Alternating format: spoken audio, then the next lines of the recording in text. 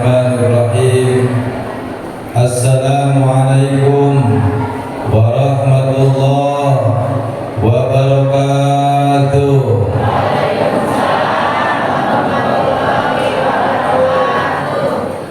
La ilaha illallah, la ilaha illallah, la ilaha illallah, Muhammadur Rasulullah. Semuanya.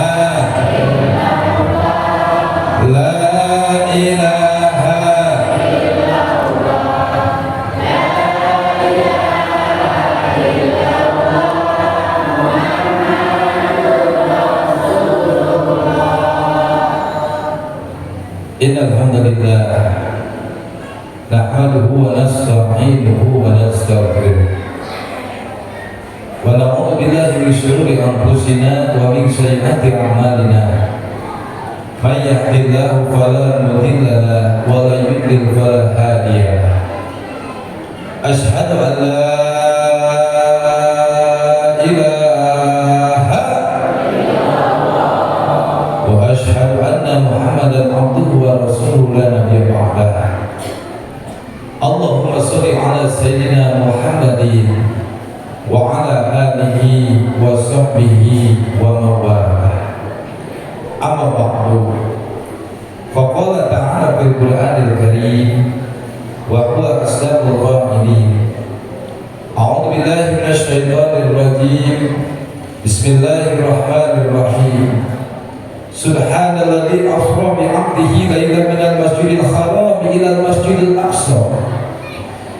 masjidil aqsa alladzi barakna hawlahu linuriyahu min ayatina innahu huwas samiul basir. Faqala aidan bismillahirrahmanirrahim. Dzalikal kitabu la raiba fihi hudal lil muttaqin alladzina yu'minuna bil ghaibi wa yuqimuna sholata wa mimma razaqnahum yunfiqun. Faqala aidan bismillahirrahmanirrahim. Ara'aita alladzi yukadzibu bid-din fadzalika alladzi yad'u al-yatim wa la yahuddu 'ala ta'amil miskin. Fawailul lil musallin alladzina hum an salatihim sahun alladzina hum yura'una wa yamna'una al-ma'un. Faqala aidan bismillahirrahmanirrahim. La in syakartum la azidannakum wa la in kafartum inna 'adzabi lasadid. Shadaqallahul adzim. Al-ayat. Faqala Rasulullah sallallahu alaihi wasallam as-salatu mi'rajul mu'minin. Faqala Rasulullah sallallahu alaihi wasallam syahrul rajab syahrullah wa syahrul sa'ban syahri wa syahrul ramadan syahrul ummati ahadis. Allahumma sholli wa sallim wa barik, amin ya Allah ya rabbal alamin. Angkat tangannya dong semua.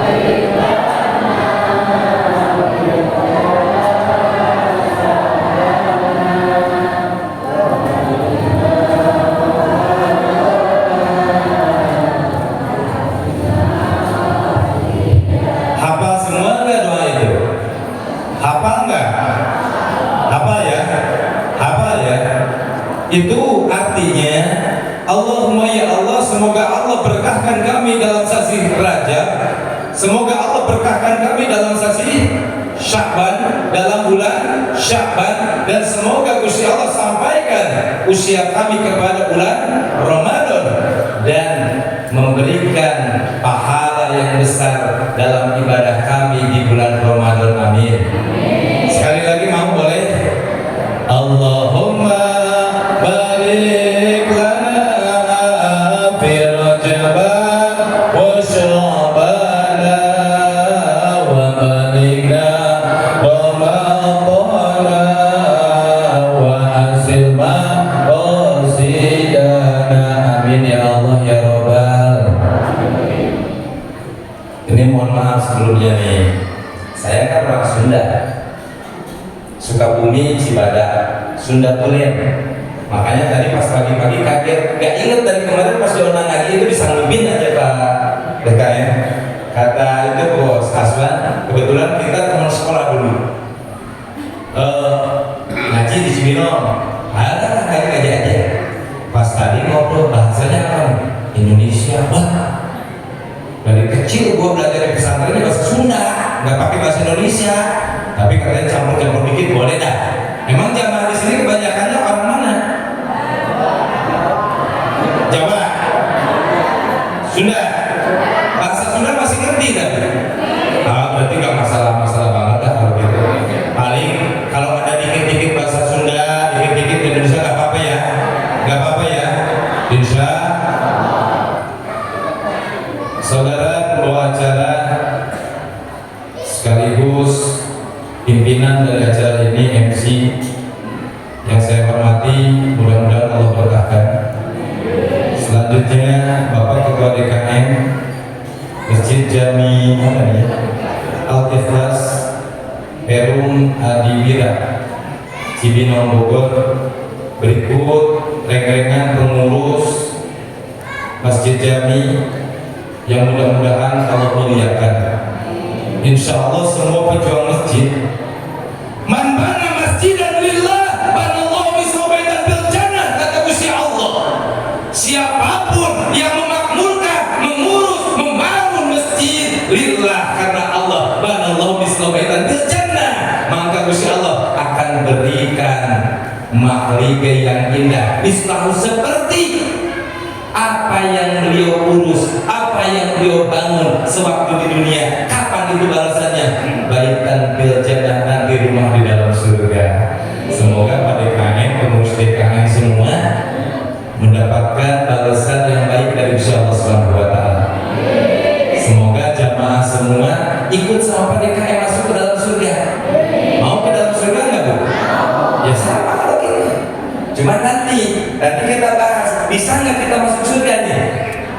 Biasanya kan ibu-ibu itu ngaji seneng ya dia. Walaupun kadang-kadang ibu-ibu tuh suka satu ngaji mah ngaji, tapi kalau nggak kebagian jomet itu ribet biasanya. Jadi saya bingung, karena maksud istilah itu waktu Allah, la haula wala quwwata illa billah, betul kan? Niatnya itu tolak tapi kadang-kadang kalau nggak dikasih keju itu ribet. Berarti harus dibetulin di perkara nih. Iya, insya. Selanjutnya, Pak DKM, mohon maaf saya nggak bisa dulu, nggak apa-apa ya? Berdiri aja, maksudnya jamaahnya banyak di sana tuh, nggak apa-apa Bu ya. Selanjutnya Bapak Ustadz, Bapak Kiai, Bajingan, Ustazah, guru-guru saya semua yang saya sangat hormati dan mudah-mudahan Allah muliakan, dan juga para tokoh masyarakat, Bapak Ketua RT, Ketua RT, Bapak-bapak, Ibu-ibu, adik-adik sekalian, jamaah Isra Mi'raj di Masjid Al-Ikhlas Perum Adiwira, yang mudah-mudahan semuanya diangkat harkat derajat oleh Gusti Allah Subhanahu wa taala, dikabulkan doa-doanya oleh Gusti Allah Subhanahu wa taala. Puja, mari kita sama-sama senandungkan kepada Gusti Allah Azza wa Jalla. Seiring dengan puji yang senantiasa selama-lamanya kita senandungkan kepada Gusti Allah yang Maha Suci, bersyukur nikmat kepada Gusti Allah yang dimana alhamdulillah pada hari ini kita bisa dikumpul, betul? bisa diberangkatkan, betul? Syariatnya ibu berangkat dari rumah. Ada yang dari Peru, ada yang dari luar Peru, betul tidak? Syariatnya ibu berangkat sendiri, hakikatnya Allah yang berangkat. Syariatnya kita berkumpul, hakikatnya Allah yang kumpulkan. Syariatnya kita sehat, hakikatnya Allah yang sehatkan. Makanya apa kewajiban kita selaku manusia? La in syakartum la azidannakum wa la in kafartum inna adzabi lasadid. Bila mana kita bersyukur nikmat kepada Gusti Allah, maka akan Allah tambah-tambah bernikmatnya. Ibu yang sudah sehat semakin sehat insyaallah. Ibu yang sudah kaya semakin kaya insyaallah. Tapi kalau nyumbang rajabannya gede-gede, biar semakin kaya. Cara bersyukur itu wa mimma razaqnahum yunfiqun. Dari sebagian harta yang kita dapatkan wajib kita infakkan sebagian. Nah ini bersyukur sih bersyukur nikmat sama Gusti Allah, tapi wah kalau kata orang Sundanya korek merek jahit. Kalau kata bahasa Indonesianya apa? Pelit ya? Ada yang begitu ada? Orang mana itu? Orang sini. Jawab dari Allah. Bersyukur kepada Gusti Allah itu tidak ada batasnya. Karena apa? Rizki dari Gusti Allah kepada kita tidak ada batasnya, betul tidak? Kita terkadang mengukur nikmat itu hanya sebatas uang, betul Pak? Dapat uang kita seneng, nggak dapat uang kita sedih. Padahal saya dulu pernah punya pengalaman, Kang Aswan. Pengalaman dulu pernah punya bos, namanya itu Pak Dr. Andes Haji Bento. Dia bos roti di Jakarta. Dia punya uangnya mungkin miliaran, mobilnya aja banyak bu. Berjejer tuh mobil tuh, rumahnya berjejer juga. Tapi dia sakit jantung, darah tinggi, terus kencing manis. Ngajak makan tuh sama saya tuh, Ustaz, antum kan udah ngaji lapar nih ya. Di rumah mohon maaf ada yang masak, kita ke restoran Padang aja. Maklum saya kan dari kampung nih udah. Diajak ke restoran ya, pasti namanya dari kampung, biasa makan sama ikan teri terus. Dikasih tuh kikil, rendang, makan semua sama saya. Dia ngeliatin aja gini mereka ya. Enak. Terima kasih banyak. Dia makan sedikit, harus dingin dulu. Sedikit makan. Saya bilang kenapa Pak nggak banyak makan? Kata dia saya punya penyakit jantung sama punya penyakit kencing manis. Uangnya miliaran, tapi makannya dikit. Mendingan gua dah, uangnya nggak miliaran, tapi makannya banyak. Betul nggak? Jadi kategori bersyukur nikmat itu bukan perihal walaupun tetap segala-galanya butuh betul nggak?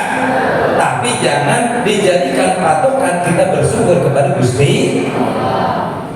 Ini mata kita sehat, nikmat gak punya mata. Coba besok-besok ibu tiba-tiba sebelahnya picak, nangisnya, bakal cari obat nggak? Tiba-tiba ada satu tabib ngomong, kalau mau sembuh biayanya 100 juta, ibu bayar nggak? Bayar nggak? Bayar pasti karena ingin sembuh, betul nggak? Berarti sehat itu mahal.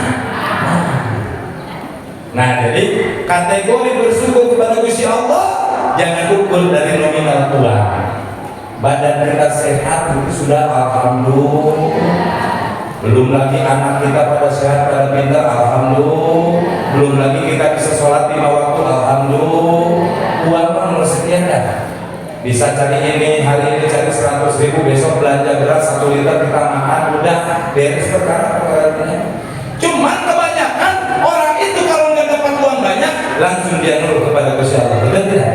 Nah makanya kita masuknya kategori kebanyakan itu wala in kafartum inna adzabi lasadid. Kenapa?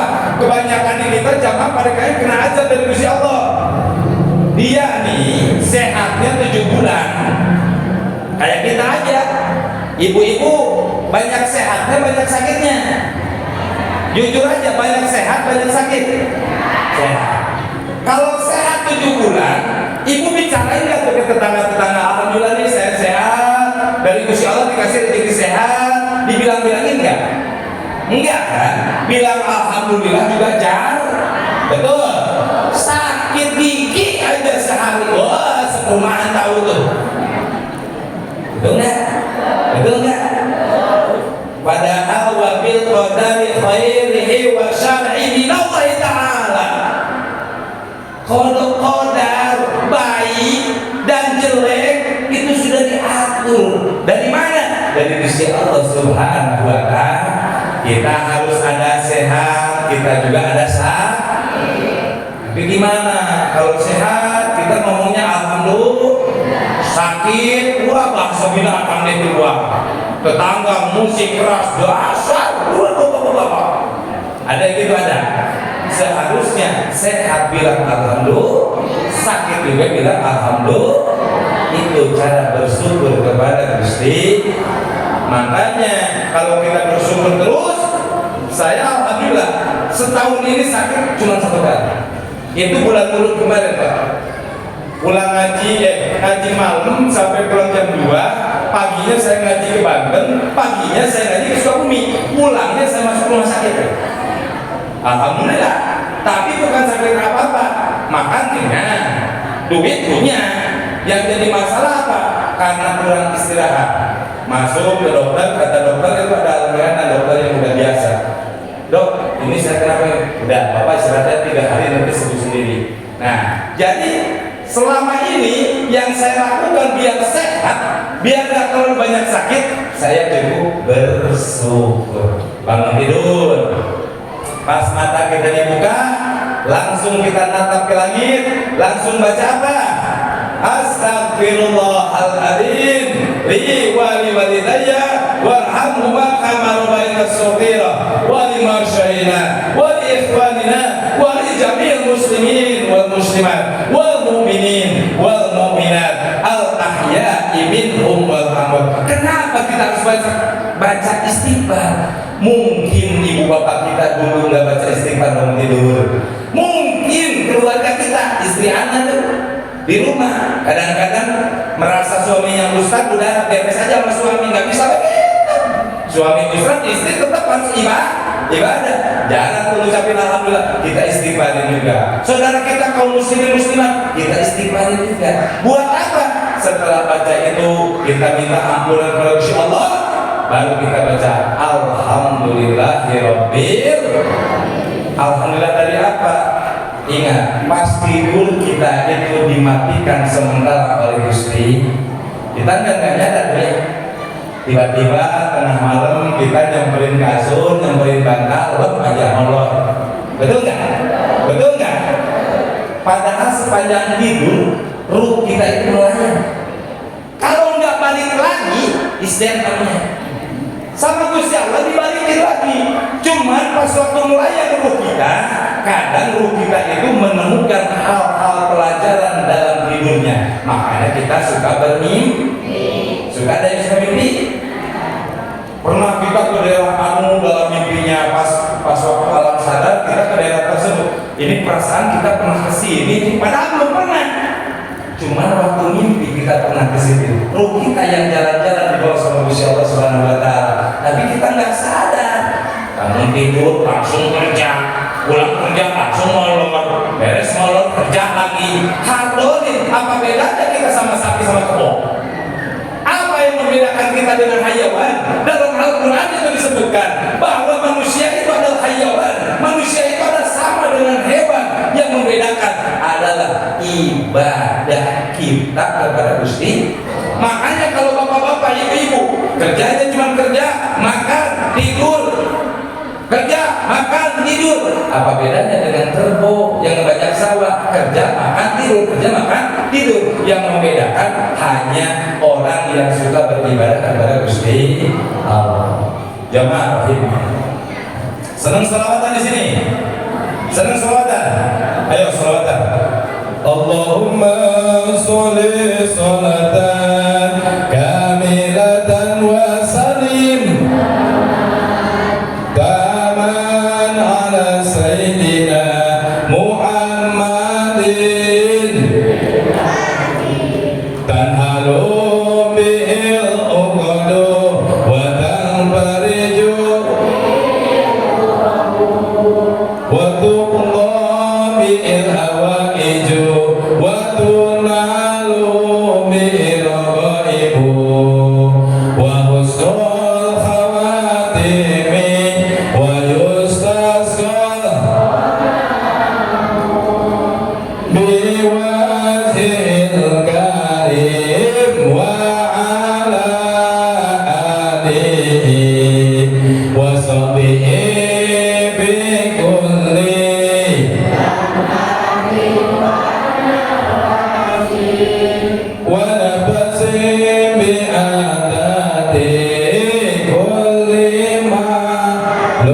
billah. Allahumma shalli wa sallim wa barik.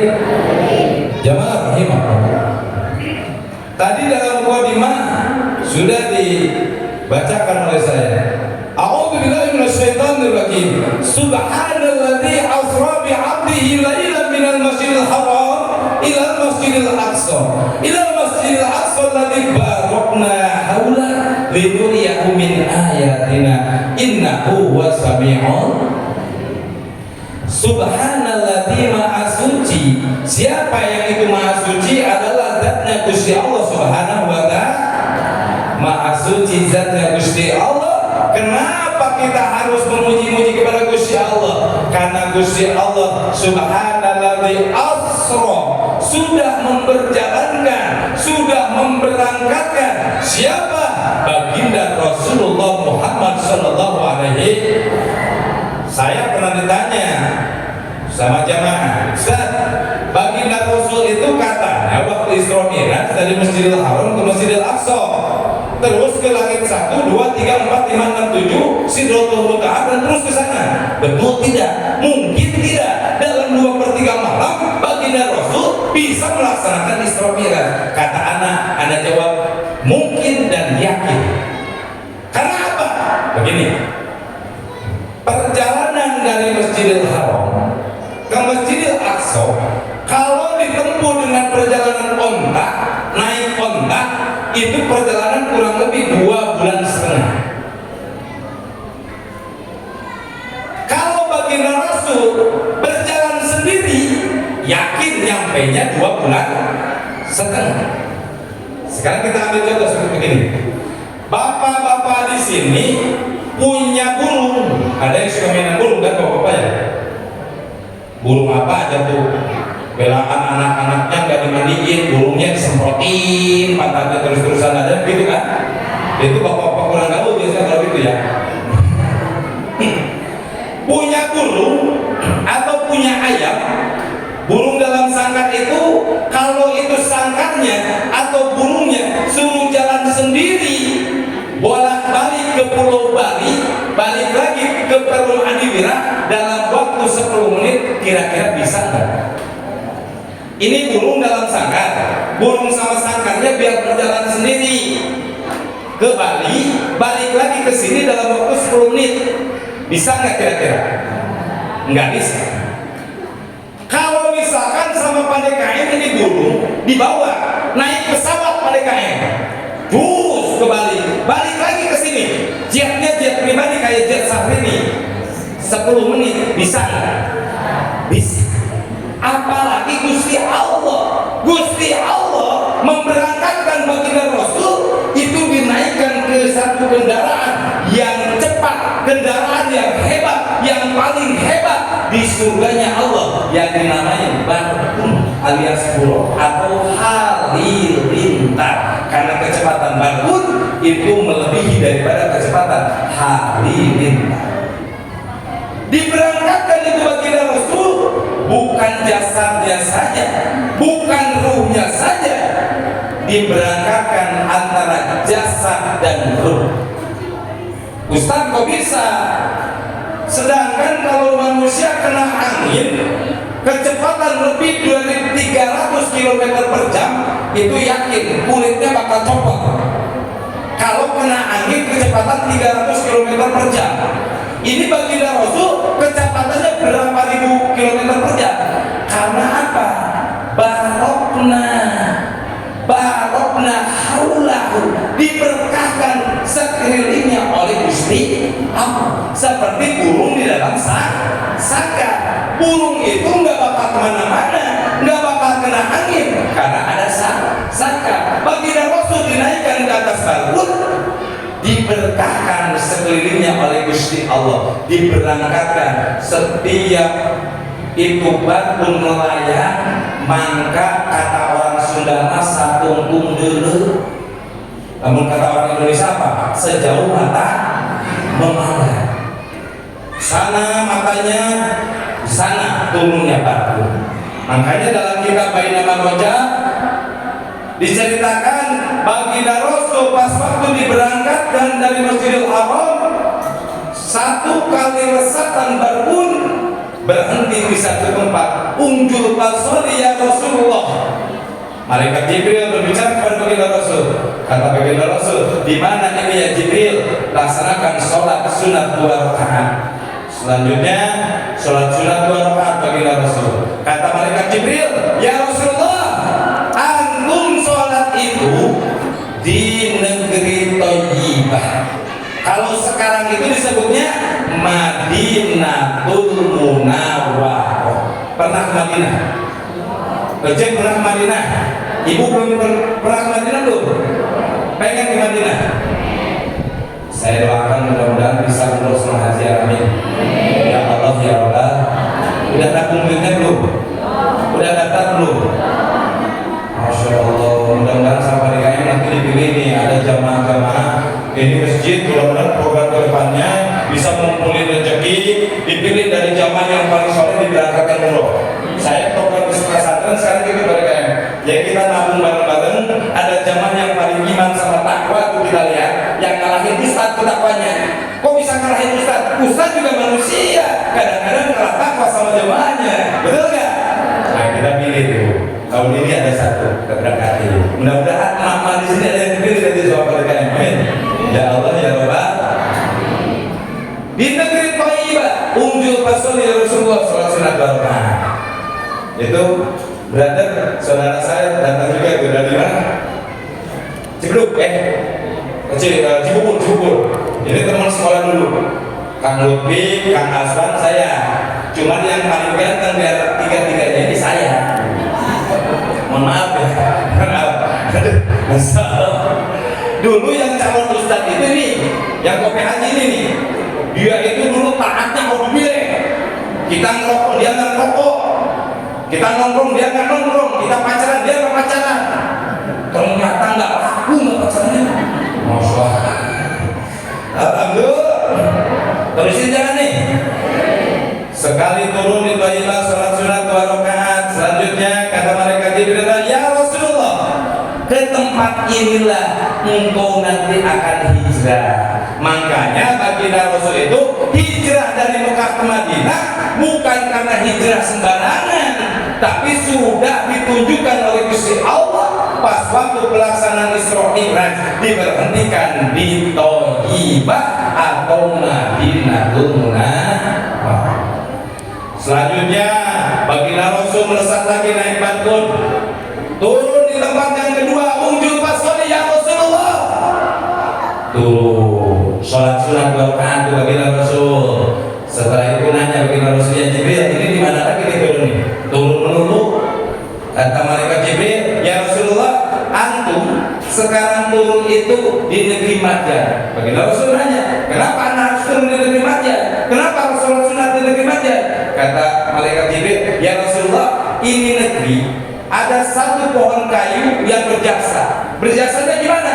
Dia pernah dipakai tempat bersandar oleh kanjeng Nabi Musa alaihissalam sewaktu dikejar-kejar oleh Fir'aun dan bala tentaranya.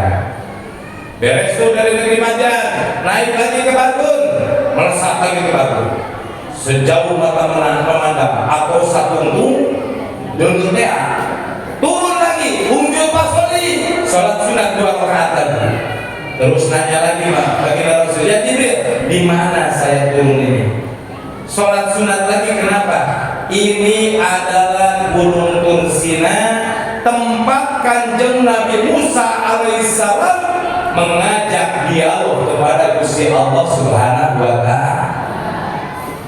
Kita beresin dulu nih, naik lagi ke Batu, melesat lagi ke Batun, berhenti di tempat yang keempat, unjul basari ya Rasulullah. Sholat lagi 2 rakaat, berarti udah berapa tempat tuh? 1 tadi berhenti di mana? Lupa lagi. Nah makanya kita sering Isra Mi'raj itu begini ya, matanya dari tadi melihat saya nggak ngicip-ngicip. Ditanya berhenti pertama di Thayyibah, berhenti kedua di negeri Mad, yang ketiga di Gunung Tursina, berhenti yang keempat di mana? Di Baitullah atau disebutnya Baitleh. Bertanya kepada Rasul, ya Jibril, ini di mana lagi? Ini adalah Bethlehem. dilahirkannya Nabi Isa ibni Maryam. Terus naik batu lagi, berhenti di tempat terakhir, yaitu minal masjidil haram ilal masjidil aqsa, terakhir di masjidil aqsa. Allah turunkan ruh para nabi, ruh para rasul, ruh para ulama. Selanjutnya diajak sholat sunat 2 rakaat. Baginda Rasul yang menjadi imam sholat sunat 2 rakaat di Masjidil Haram. Selesai itu Isra, barkunya langsung ditempelin. Makanya katanya, ini katanya Pak DKM, masalahnya anak belum pernah ke Masjidil Aqsa. Tahun kemarin kita mau ke sana sama para pejuang waktu itu. Saya kebetulan waktu itu, ini jangan masukin, saya dulu itu FPI. Dulu saya dulu FPI sebelum dikembali. Kita pengen ke Masjidil ini nih, nggak apa-apa, masjid itu udah tahu, pada tahu saya FPI. Itu kan masjid tuh, nanti ibu-ibu kalau pengen nonton ceramah, cuman nggak enak ceramah pakai bahasa Indonesia itu nggak ada bicaranya. Kalau pakai bahasa Sunda, ibu-ibu orang Sunda buka di channel yang Iskobo, wah pasti pada ngompol ibu-ibu. Sairannya Sunda, belajar pantunnya Sunda, lagunya Sunda. Hari ini suruh ceramah bahasa Indonesia, ya udah pantunnya hilang, sairnya hilang. Wah, udah apa sangat dah. Jamaah rahimahullah. Pas waktu itu kita mau ke Masjid Aqsa, kita daftar 7 orang. Cuman nggak boleh, nggak ada izin dari pemerintah, nggak boleh katanya. Lagi gawat di sana. Nah, sekarang target saya berdoa sama Gusti Allah. Ya Allah, jangan matikan saya sebelum saya jarak ke 3 masjid. 1 Nabawi, 2 Haram, 3 Aqsa. Nabawi saya udah sering, karena kebetulan saya kerjasama sama Syekh Arab Saudi. Saya ketua yayasan pembangunan masjid. Sekarang udah alhamdulillah kita bangun 1.300 masjid lebih di wilayah Sukabumi, Banten dan sekitarnya. Kita kerjasama Syekh Arab Saudi, makanya ke Nabawi, ke Haram. Kalau Masjidil Haram pengen nyium Hajar Aswad, alhamdulillah kita dijaga itu Pak, karena dapat lisensi dari Syekh itu, Imam Masjidil Haram. Tinggal 1 lagi umur saya. Kalau saya udah bisa jarak ke Masjidil Aqsa, saya yakin finish umur saya di sana. Karena dari dulu saya berdoanya, ya Allah matikan saya kalau saya sudah bisa jarak ke 3 masjid ini. Jadi saya nggak berdoa yang macam-macam kayak ibu-ibu sekalian. Ya Allah matikan saya kalau udah punya Fortuner. Matikan saya kalau udah punya sawah 10 hektar. Ngapain? Kita mati, saya mati, harta saya tinggalin banyak buat istri saya tuh. Istri saya nikah lagi. Betul nggak? Makanya saya berdoa begitu. Nah, doain 2025 walaupun ongkosnya naik nih hajian, kan pemerintah Indonesia itu kayak kaya. Kita udah susah, ongkos haji dinaikin. Udah tinggal 2 tahun berangkat, ongkos haji dibikin 50 juta. Berapa sekarang ini? Masya Allah, apa tuh? Tapi mudah-mudahan ada uangnya. Amin ya Allah ya Rabbal. Kita tahun 2025 naik haji insya Allah. Terus sebelum haji, kita ada bonus umroh tahun 2024 dari Syekh sebanyak 40 ustadz se-Sukabumi. Doain dari jamaah semua ya. Nah, makanya nanti pas di depan Ka'bah tuh, anak doa tuh nanti. Ya Allah, mudah-mudahan jamaah Masjid Al-Ikhlas, Peluk Adiwira, utaminya Bos Aswan, Pak DKM, sama pejuang masjidnya, semoga Allah panggil ke mana? Ke Masjid Nabawi, Masjid Haram. Amin. Ya Allah ya Allah. Tadi udah anak-anak sana sih, peserta. Antum udah daftar haji belum? Daftar sekarang. Mumpung ada loh, banyak dan daftar haji. Nggak boleh, karena kita yang sudah punya rezeki wajib daftar haji. Berangkat tidaknya itu kodok-kodok dari Gusti Allah. Di mana sudah daftar, maka sudah tercatat sebagai jamaah haji. Tapi nggak usah deh kita tiap kenalan nama bapak siapa? Saya Haji Tagoni. Jangan. Udah bapak Tagoni aja. Dari dulu juga nggak ada orang hajian itu disebut-sebut haji. Makanya saya seneng kalau orang itu panggil saya ustadz aja atau kiai aja, nggak usah pakai haji-hajian biasanya. Tapi Indonesia mah umumnya gitu, yang udah hajian dipanggil Pak Haji. Itu sejarahnya dari mana? Asbabun nuzulnya dari mana? Dari kolonial Belanda. Waktu itu pejuang-pejuang Indonesia itu yang memperjuangkan Indonesia kebanyakan dari golongan pesantren, dari golongan haji. Makanya itu menir-menir Belanda dikasih tanda tuh, ini Haji Aswan, ini haji ini haji ini yang harus diawasi, yang suka mengadakan pergerakan, maka dinamain yang pulang dari Mekah haji, yang pulang dari Mekah haji. Nah kita adopsi sampai sekarang, pulang dari Mekah dikasih gelar haji. Coba berangkat ke Malaysia, ada nggak gelar haji? Coba berangkat ke Amerika, ada nggak gelar haji? Cuma di Indonesia gelar haji paling keren. Kan kita mau ikut-ikutan doang. Kelapa muda sebenarnya apa? Kelapa muda sebenarnya apa? Dari mana itu bukan? Ada yang tahu? Siapa yang kasih nama daugan dulu? Dulu itu menir Belanda jalan-jalan kan? Ada kelapa muda. Kata menir Belanda, do it again. Tembak itu deal. Nanti deal. Senjata tuh, pengen minum dia. Kadang-kadang ke orang kita kedengaran sama orang Indonesia, oh itu namanya daugan. Wah, gitu ya. Jamaah rahimakumullah. Selanjutnya selesai Isra baginda Rasul, ada hikmah di balik Isra. Apa hikmahnya? Yang pertama, baginda Rasul itu melihat golongan orang-orang Berul Anilira yang hari ini tanur. Ada tanur apa enggak tadi? Ada kayak tanur apa enggak?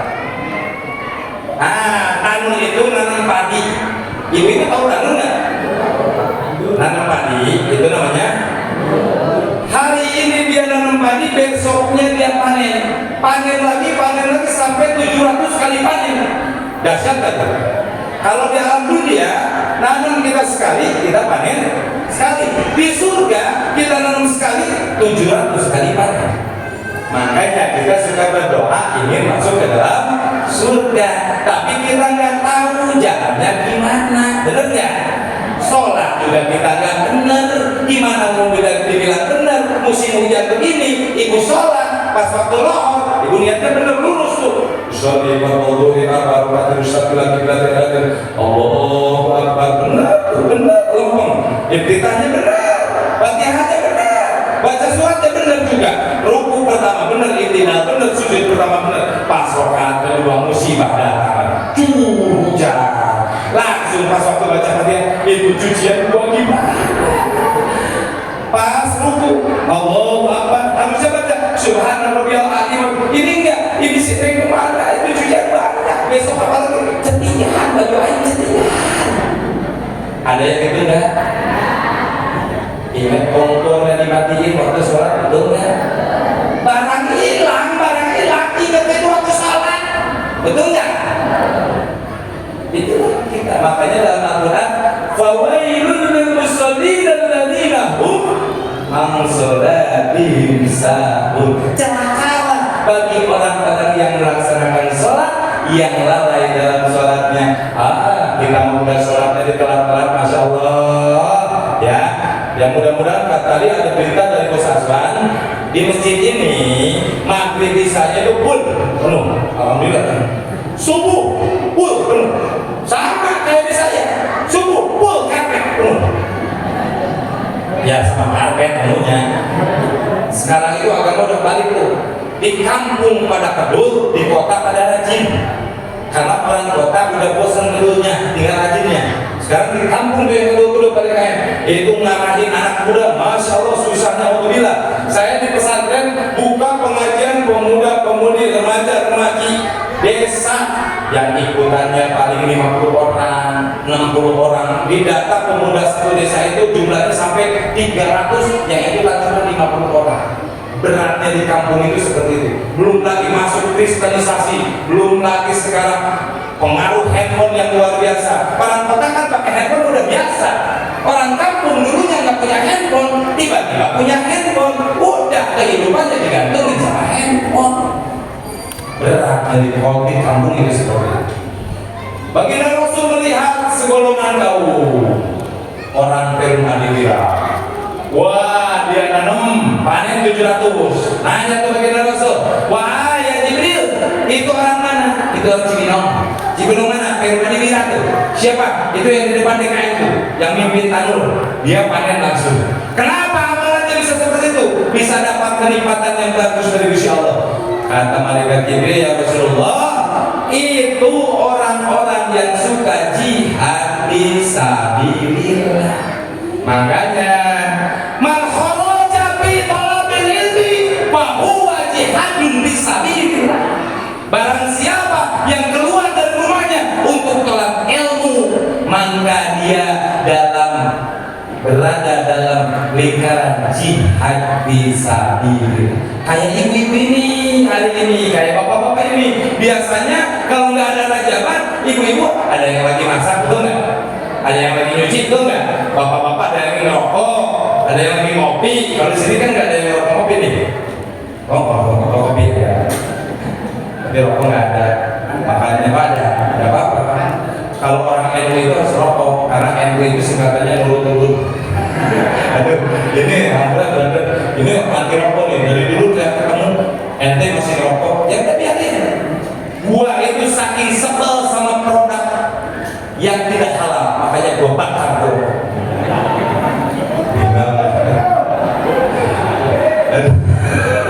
Jamaah rahimah. Selanjutnya, jihad itu pahalanya besar. Berapa? Balasannya 700. Jihad itu apa? Tolak il. Bakuluman bi ghairi ilmi ya'malu amaluhu mardudatu la tuqbalu. Barang siapa yang beramal tidak memakai ilmu.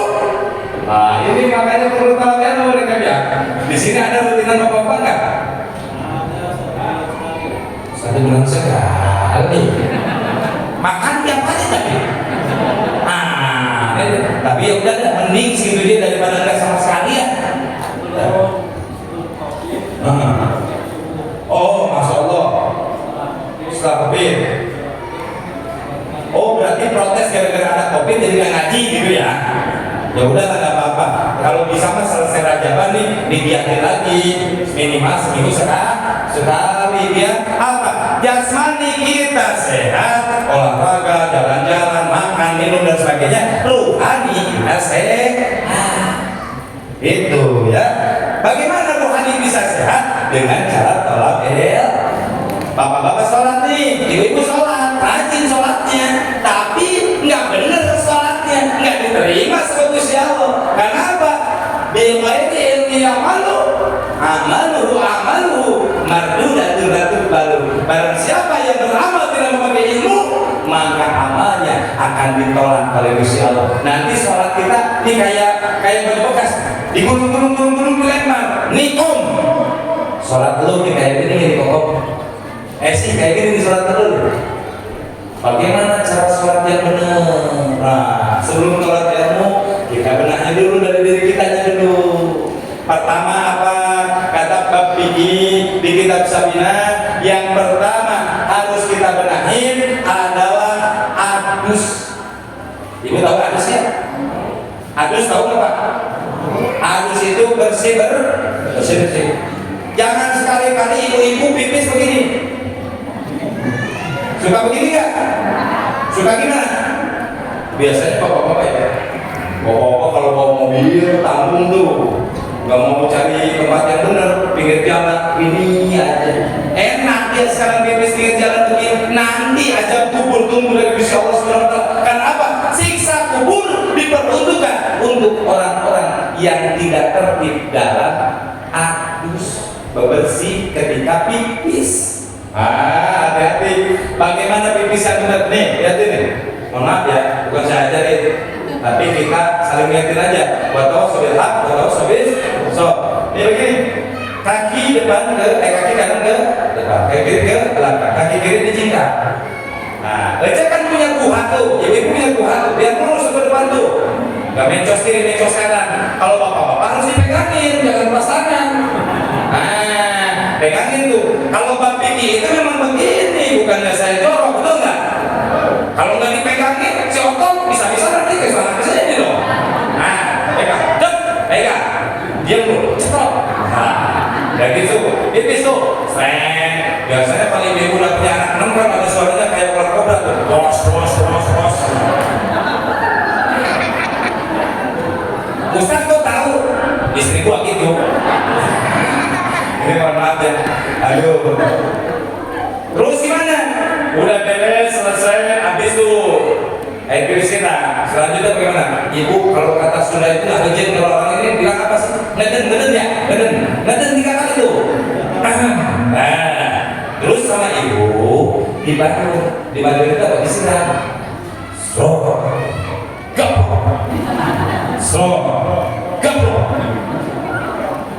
Dibersihin pakai tangan kiri, disiram pakai tangan kanan. Kalau dulu kan ada nenek-nenek yang udah sekarang umur 80 tak pasti mengalami. Dulu itu nggak punya kamar mandi masing-masing kan ibu-ibu itu ya. Kalau berak sama pipis itu pasti ketahuan dulu itu. Betul nggak? Bulan puasa, habis buka puasa sama gorengan sama sambal, kan sakit perut tuh. Ibu-ibu langsung lari ke pohon bambu. Weh, sampai itu pohon bambu dikelilingin sama nenek-nenek. Yang satu bawa air digayung sama ember, yang satu bawa cempor yang ada minyak tanah. Ya maksud itu berak, seberak, ada lagi berak, rosok orai, ular lewat, kaget kan nenek-nenek, astagfirullah, air dilempar, minyak dimasukin, bos, aduh, masya Allah. Itu zaman dulu cerita nenek-nenek. Makanya kalau bapak-bapak punya istri yang dulu ajak keriting dikit, berarti itu mantan di baju sama itu.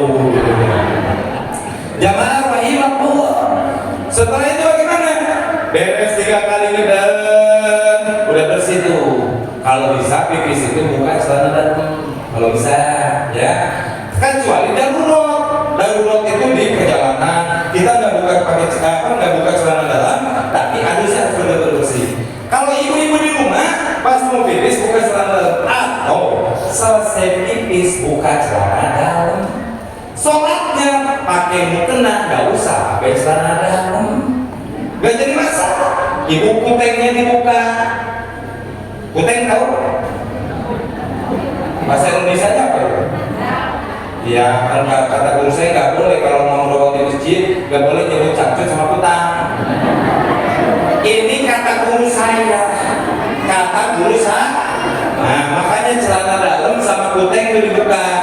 Sholat pakai mukena yang bersih karena syarat sah wajib ibadah, wajib sholat itu harus suci badan, suci pakaian, dan suci tempat. Makanya laki-laki cowok itu wajib berjamaah di masjid, wanita di rumah. Kalau sekarang kebalik-balik tuh, kalau di kampung itu cowoknya di rumah terus, ceweknya haji ke masjid terus. Ya udah, anak bilang balikin aja, cowoknya di rumah pakai mukena, ceweknya ke masjid majelis taklim pakai sarung. Suka aneh. Ceweknya rajin-rajin ke masjid. Makanya kita nanti protes bareng-bareng sama Gusti Allah, sama baginda Rasul. Kenapa surga wanita sedikit? Ada yang memenuhi masjid siapa? Di sini ada kajian di rumah. Hari apa? Jumat pertama. Suka banyakan enggak? Ada 50 orang enggak? Ada. Biasanya ibu-ibu kan hari Senin ngaji dia hadir kalau di kampung. Selasa dia hadir, Rabu dia hadir, Kamis hadir, Jumat hadir, Sabtu hadir, Minggu hadir, betul nggak? Bapak-bapak sebelum sekarang. Tapi setiap bapak-bapak banyak kan?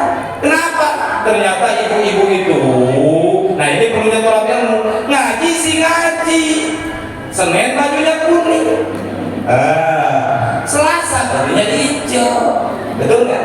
Rabu bajunya biru, Kamis bajunya putih, Jumat bajunya merah, Sabtu bajunya ungu, semuanya kreditan. Betul? Betul? Yang jadi pertanyaan, waktu kreditnya izin gak sama suami? Kalau kagak izin sama suami, haram dipakai ngaji. Dengerin itu sama telinganya dibukain. Jangan mentang-mentang ngaji, seneng aja kredit aja suami sampai bengek-bengek bayar. Jadi ibadah itu harus suci badan, suci pakaian. Nah ini pakaiannya kredit nggak izin sama suami, haram dipakainya. Kenapa? Jangankan kredit baju, ibu-ibu mau puasa sunnah, terus izin sama suami. Pak dekanya, saya mau puasa sunnah, kata istrinya. Kata pak dekanya, nggak boleh. nanti siang saya mau melaksanakan serangan pajar. Itu udah nggak boleh puasa sunnah. Puasa sunnah aja dilarang, itu udah jangan laksanain puasa sunnah, apalagi kredit baju. Ini kan apa? Mobil, cecer tuh di lemari. Wah, pagi ini pakai ini, suaminya udah ngomong aja, istrinya makin gemuk, suaminya makin kurus, engek, sakit deh suaminya, meriang karena mikirin hutang, udah meriang dipotong sama istrinya, jepret masukin status suami saya meriang. Suami saya muntaber, tahu satu kampung suaminya muntaber, padahal asbabun nuzulnya mikirin bayar baju. Jadi Ustaz ya, anu ya ini, ya kebanyakan kan gitu ya, kebanyakan. Ustaz, boleh nggak saya kan udah kepala nganyuk nih, tapi pengen dipakai bajunya biar halal, bisa, bisa halal. Karena agama itu memberikan solusi, ada kuncinya. Makanya belajar terus kita biar tahu kuncinya. Bagaimana caranya? Ibu pulang sekarang Rajaban, bagi yang belum izin datang ke rumah langsung sujud tuh di kaki suaminya. Bebek saya dulu kemarin nenek ngaduk baju, belum izin sama anak. Sekarang mau izin sebab kata Ustaz Nanang dari Sukabumi, kalau nanyuk baju nggak izin, bajunya hatam dipakai ngaji. Pulang dari sini tuh sujud ke suaminya, minta doanya, minta ridhonya. Kalau suaminya ridho, suaminya bayarin, insya Allah itu baju menjadi halal. Suaminya ridho, duit belum punya, belum dibayar, tetap halal karena suaminya ridho. Gitu ya. Jamaah rahimahullah. Kata orang Sunda, lagunya kan begini. Wanita itu makanya jangan masuk surga itu. Mun salaki boga duit si koko mah cuak cibit, bari budak kita birit, ngabibita sarang berit. Mun lalaki boga uang si koko ngajakan perang di dapur menitong tentrang, budak jadi kabaleran. Awewe cewek itu kebanyakan seperti itu. Oh iya, protes iya, yang belajarnya begitu, betul nggak Pak? Kalau kita kasih uang, Ustaz kok tahu istri gua gitu, langsung deh, aku ngopi, aku makan, aku tidur dulu dia. Giliran gak dikasih uang sama gua, diem mah pura-pura mulu. Mau kopi juga harus dipesan. Ma, pengen kopi? Iya sebentar bapak. Ini lagi makan dulu. Makan dia dulu, diduluin daripada kopi suami. Dah kalau story dulu, langsung deh kopi keluar, susu keluar. Cewek kayak gitu, di mana-mana kayak gitu. Tapi nggak masalah. Yang penting cari videonya suami. Jagalah suami, jangan kau sakiti. Ridhonya suami, ridhonya ilahi. Jagalah suami, jangan kau sakiti. DKM sakit hati, Pak DKM kawin lagi. Ini mah gua ngomongin gua, dari tadi juga ngomongin diri gua sendiri nih. Kalau istrinya di rumah, istri saya nih Mas, istri saya di rumah kayak sepan mulutnya manyun, udah dah rumah kayak neraka. Mohon maaf ya, cowok itu di luar galak, kumis kayak pasang di luar kan galak ya. Preman dari muda dia itu preman, buat tukang pukul dia dulu, nggak ada yang berani pakai STM dia itu. Di luar galak, pulang ke rumah, itu cowok. Kalau Ustaz kayak gitu sama, nggak sama kayak gitu. Makanya cewek masya Allah makhluk lemah tapi luar biasa, bisa menghidupkan dan mematikan. Betul nggak? Iya, itu sakti mandraguna makanya. Si emak, aduh bahagia ya Allah ya. Jamaah rahimahullah. Tadi nyampe mana kita istilahnya ya? Jadi lupa, kalau ilmu dulu. Jadi biar tahu nih amalan sholat kan hasil hasil dari Isra Mi'raj itu bahwa kita diperintahkan untuk sholat 45. Biar sah itu ibadahnya, yang pertama jaga adus. Kalau ibu selesai adus, laksanakan wudhu dengan tertib. Apa cina? Pertama kedua wudhu. Wudhunya gimana? Minimal baca niat wudhu. Bismillahirrahmanirrahim. Ayo kita bareng-bareng baca niat wudhu. Nawaitul wudhu. Terusin. Ini kayaknya banyak yang gak becus nih. Itu kok mulutnya cuma begini-begini doang. Ayo bareng-bareng kita. Bismillahirrahmanirrahim. Nawaitul.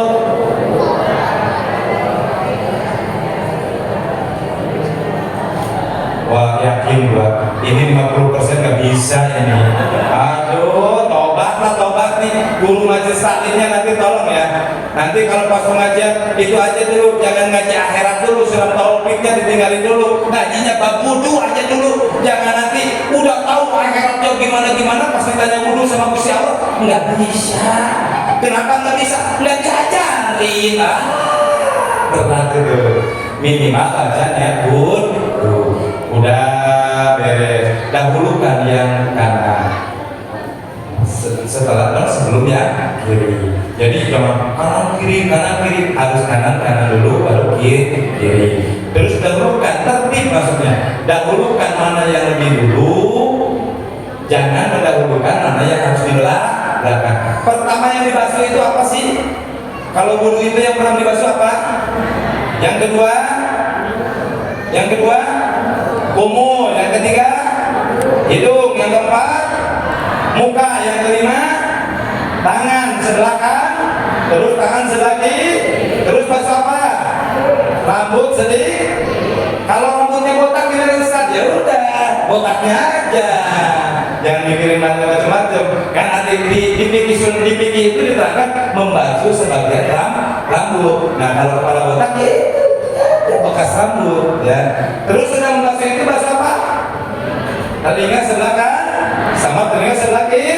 Lanjut kaki sebelah kanan sampai mata kaki sebelah kiri sampai mata terus membaca apa? Pasti nggak boleh lagi karena niatnya juga udah nggak bisa. Apalagi doa setelah wudunya mau diomongin takut salah, nggak diomongin tapi penasaran jadi akhirnya ngelamun kalau mau. Gimana bacaan setelah wudu? Ada yang tahu nggak? Gua kasih 50.000 dah. Nah, ada yang tahu bacaan setelah wudu? Asyhadu an la ilaha wa asyhadu anna Muhammadan. Terus Allahumma minat tawab waj'alni minal muttaqin waj'alni min ibadika. Ini bacaan doa setelah wudu. Alhamdulillah, anak nitip nih Bu ya. Ibu jangan ngomong agama tingkat dewa dulu lah, tingkat malaikat dulu jangan dah. Itu aja kita yang dasar-dasar dulu. Satu, adus dulu yang benar, wudu yang benar, biar sholat kita nyampe ke Gusti Allah. Untuk belajarnya bab sodako, bab haji, bab umroh, wudunya nggak benar, nggak bakal nyampe ke sama Gusti Allah. Ya nggak? Tolong nanti beli buku cara wudu yang baik. Paham ya? Terus setelah itu beres wudu apa? Sholat kita yang benar. Ibu, bacaan di sholat itu banyak nggak? Banyak.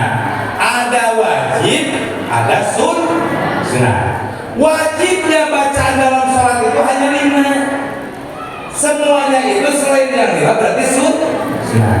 Contoh, wajib pertama bukan niatnya yang diomongkan, tapi niat itu menurut kitab Sabina ada di dalam hati.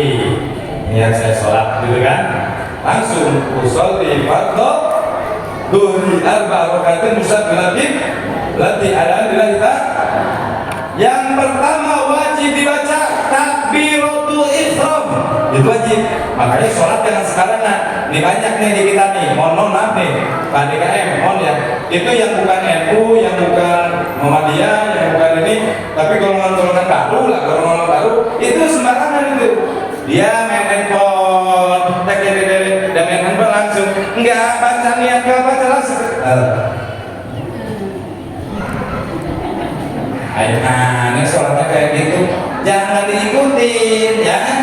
Sholat itu harus tertib, harus khusyuk ya, harus tumanina. Bagaimana caranya? Sholli fadhlu ya apa terus bila Allah. Kalau cewek ke sini, kalau cowok setara dengan daun telinga. Allah. Sejak Abi, kalau kata sudah, sejak Abi sholat duhur 4 rakaat menghadap kiblat patuh karena Allah Ta'ala Akbar, Allah Maha Besar.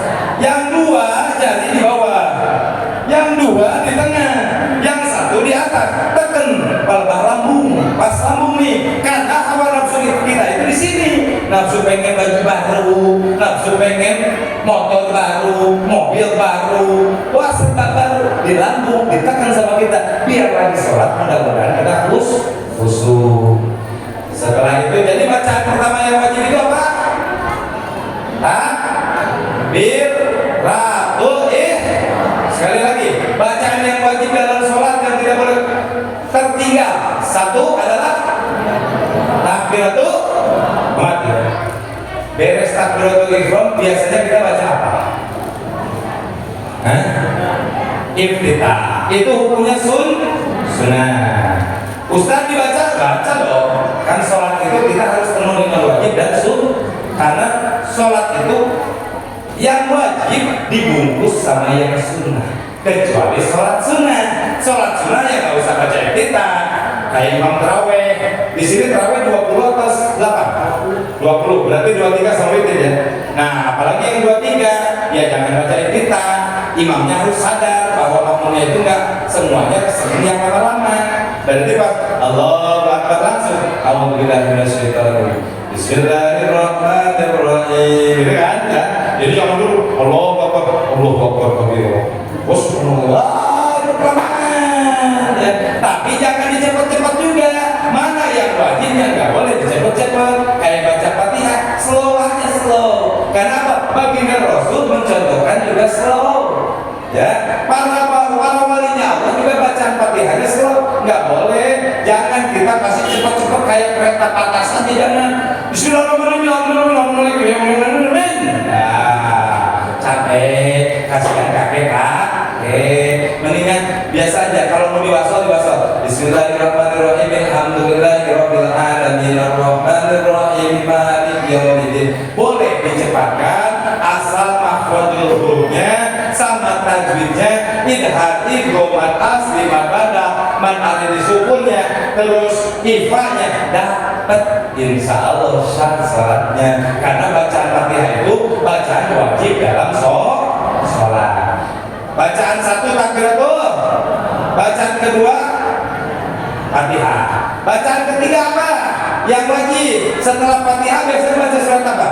Surat Nah, itu mau dibaca silahkan, nggak dibaca juga nggak apa-apa. Tapi dalam sholat wajib itu harus dibaca. Terus setelah itu kita ruku. Ingat, ruku itu wajib rukunya. Sekali lagi, ruku itu wajib rukunya, sunnah bacaannya. Sekali lagi, wajib rukunya, sunnah bacaannya. Jadi yang wajib itu rukunya, bacaan subhana rabbiyal a'la sunnah. Kalau imam taraweh dia cepat, ibu sama bapak jadi makmum cuman ketemu sekali subhana rabbiyal a'la udah bagus, jangan pukul terus dan pas pulang imam saya baru sekali belum 3 kali ya makmumnya yang nggak ngerti hukum berarti. Karena bacaan ruku itu adalah sunnah. Terus bacaan apa lagi? Iktidalnya wajib, tapi bacaan iktidalnya sunnah. Robbana walakal hamd. Terus apa lagi? Bacaan sujudnya wajib, bacaan sujudnya sunnah. Paham? Mau subhana rabbiyal a'lanya 3, 1, 7, 10 silakan. Makanya kalau kita sholat di Masjidil Haram, Subhana Rabbiyal A'la bisa sampai 21. Kenapa? Lama sujudnya, lama iktidalnya. Makanya daripada kita ngelamun pas sujud kita baca yang banyak. Tapi kalau di kita nggak keburu karena sholat tarawih itu kan nanti 20 rakaat, bacaan sujudnya sedikit aja. Subhana rabbiyal a'la wa bihamdihi, udah satu kali cukup. Selanjutnya yang wajib dalam sholat adalah bacaan tahiyat. Sekali lagi saya ingatkan, yang pertama tadi apa? Takbiratul. Kedua sholatul. Ketiga bacaan itu jangan sembarangan. Kita bareng-bareng. At-tahiyatul mubarakatus sholawatut thayyibatul lillah. Assalamu alaika ayyuhan nabiyyu wa rahmatullahi wa barakatuh. Assalamu alaina wa ala ibadillahis sholihin. Asyhadu alla ilaha wa asyhadu anna muhammadar. Ada berapa tuh? Berarti satu takbiratul, kedua suratul fatih, ketiga tahiyat sampai syahadat disebut. Bacaan wajib sholat yang keempat, sholawat. Allahumma sholli ala sayyidina wa ala ali sayyidina. Nah di sini, mohon maaf kalau Ustaz banyak di sini, kadang-kadang ada yang suka pakai sayyidina, kadang-kadang ada yang nggak pakai. Yang berantem, kasih aja mah, nanti zamannya pusing. Kata Ustaz ini, kata guru anak pakai sayyidina, kata guru anak nggak pakai sayyidina. Yang pakai sayyidina bagus, yang nggak pakai sayyidina juga bagus. Yang jelek itu yang nggak pakai sholawat, karena wajibnya itu sholat. Allahumma sholli ala Muhammad wa ala ali Muhammad sah. Allahumma sholli ala sayyidina Muhammad wa ala ali sayyidina Muhammad sah. Jangan diperdebatkan. Seperti setelah sholat, setelah baca Al-Fatihah, imam itu ada yang suka Robbik firli waladhdallin, ada yang Robbik firli amin, ada juga waladhdallin Robbik firlana amin, ada juga waladhdallin amin, ada begitu kan? Ada yang pakai Robbik firli, ada yang Robbik firlana, ada yang langsung amin. Boleh nggak? Boleh, tiga-tiganya juga. Yang wajibnya itu suratul Fatihahnya. Kalau udah beda di Fatihahnya, itu yang nggak boleh. Kalau Fatihahnya sama, cuman beda di Robbik firli, Robbik firlana, atau nggak pakai Robbik firli sama Robbik firlana, nggak jadi masalah.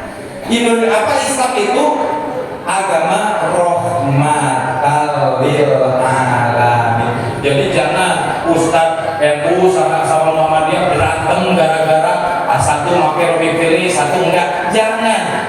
Kita saling menghormati. Di masjid saya pada DKM itu kebetulan masjid Muhammadiyah dari tahun 1920. Tapi saya ketua DKM orang NU. Nah, orang Muhammadiyah itu baik-baik sama saya.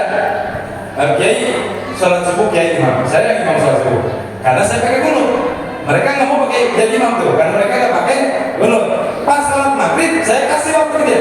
Ustaz, antum yang jadi imam.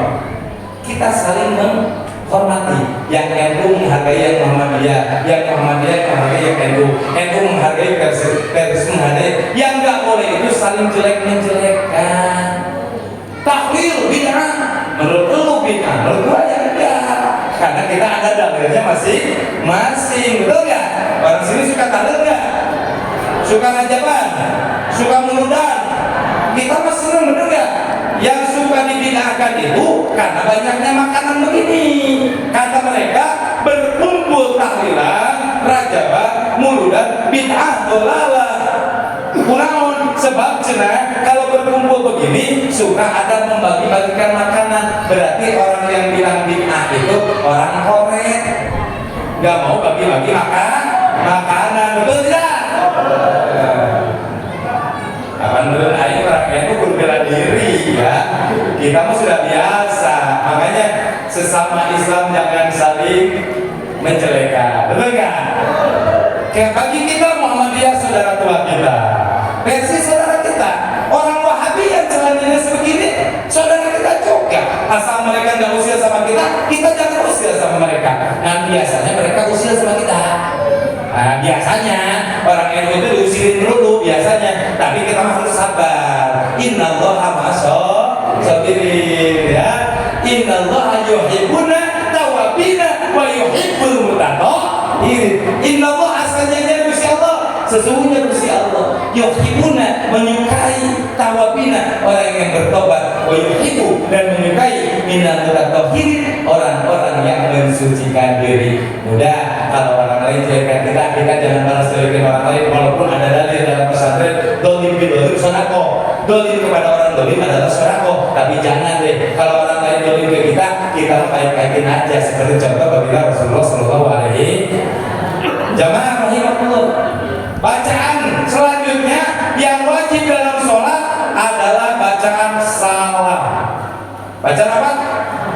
Jadi sekali lagi, ini ingetin ya, oleh-oleh pelajaran sama saya. Satu, bacaan wajib dalam sholat itu apa tadi? Takbiratul ihram. Kedua, baca Fatihah. Ketiga, tahiyat. Keempat, sholat. Kelima, salam. Pas salam, badan kita tetap tegak. Assalamualaikum warahmatullahi wabarakatuh. Wajah kita sejajar bahu. Jadi jangan begini. Assalamualaikum. Assalamualaikum. Itu senang tuh, bukan sholat. Nih kalau sampai Assalamualaikum warahmatullahi wabarakatuh. Wajah sejajar bahu. Kalau ke sebelah kiri dilewatin dikit. Kalau jadi imam supaya terlihat makmum, biar makmum sadar bahwa imam sudah salam. Assalamualaikum warahmatullahi wabarakatuh. Tuh dilewatin sedikit. Jadi ke belah kanan rata bahu, ke sebelah kiri lewat sedikit. Alhamdulillah. Kalau udah bener takbiratul ihram, kalau udah bener Fatihah, kalau udah bener tahiyat, kalau udah bener sholawatnya, bener salamnya, insya Allah sholatnya sah. Insya Allah sholatnya nggak bakal sahun. Nah yang jadi masalah lagi baca Fatihah aja kita ingat gorengnya.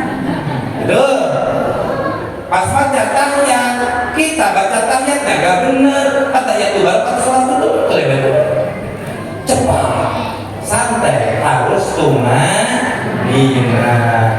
Allahumma sholli ala sayyidina Muhammadin bimbil qulubi wa dawaiha.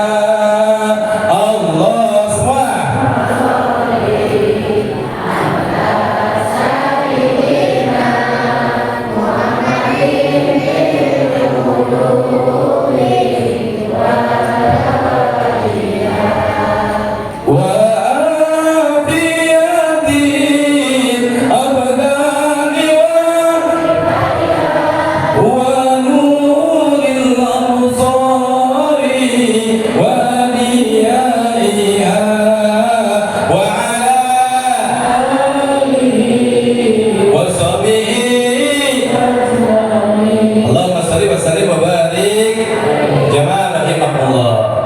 Ustaz, itu dari mana asal muasal? Apa sholawat? Karena Gusti Allah dalam Al-Quran menyebutkan Innallaha wa malaikatahu yusholluna 'alan nabi.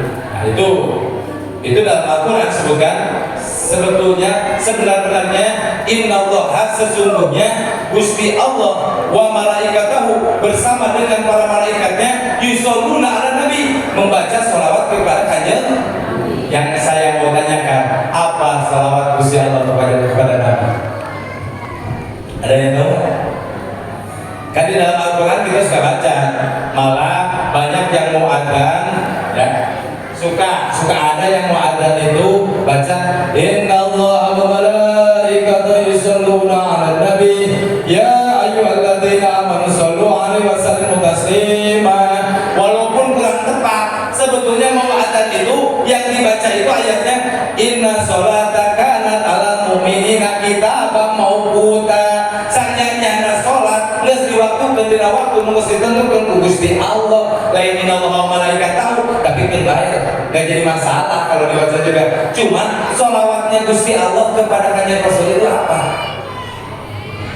Pernah ada yang bertanya dalam kajian ayat itu, innallaha wa malaikatahu, sesungguhnya kami, kata Gusti Allah, bersama malaikat bersolawat kepada baginda. Apa solawat kanjeng Gusti Allah kepada kanjeng Rasul? Apakah sama dengan kita? Allahumma sholli ala sayyidina Muhammad seperti itu? Tahu nggak? Tahu nggak? Kasih tahu jangan. Kan waktu sholat kita suka baca Assalamu alaika ayyuhan nabiyyu wa rahmatullahi wa barakatuh. Dijawab oleh malaikat pakai salawat malaikat, Assalamu alaina wa ala ibadillahi sholihin. Itu bacaan sholawat Gusti Allah merupakan rahmat untuk baginda Rasulullah Sallallahu Alaihi. Makanya kita baca tuh Assalamualaikum ayyuhan nabi wa rahmatullah wa barakatuh. Assalamualaikum wa ala ibadillahi sholihin. Lanjut baginda Rasul, ashadu alla ilaha, dijawab sama malaikat, wa ashadu anna muhammadar rasul, disebut sahadatain, sahadat baginda Rasul dan sahadat yang lain. Dibaca Quran sama kita nih, asyhadu alla ilaha illallah wa asyhadu anna muhammadur rasul. Nah, jadi paham ya, ada 5 kewajiban dalam sholat yang harus dibaca. 1 takbiratul, kedua suratul fatih, ketiga, keempat, kelima, alhamdulillah. Mudah-mudahan selesai Rajaban, jamaah semua sholatnya tertib-tertib, amin. Ya Allah ya Rabbal, jamaah rahimahullah, karena waktu udah jam 10 lebih ya. Tadi dikasihnya jam 1 jam ya, dan jam 10 lebih katanya mau ada pembagian yatim, udah disiapkan uang 1 juta sama kayaknya. Tapi sebelum bubaran, ya karena ini bulan Syaban, Syahrul Rajab, bulan Rajab adalah bulannya Gusti. Wa syahrul Syaban sahri, bulannya Syaban itu bulannya kami, kata Gusti kata baginda roh. Jadi bulan Syaban itu bulannya baginda Rasulullah Sallallahu Alaihi. Wa syahrul Ramadan syahrul umati, bulan Ramadan bulan umat kami. Makanya pada bulan Ramadan kita diampuni dosa oleh Gusti Allah Subhanahu wa Ta'ala. Apa kewajiban kita selaku umat pada waktu bulan Syaban?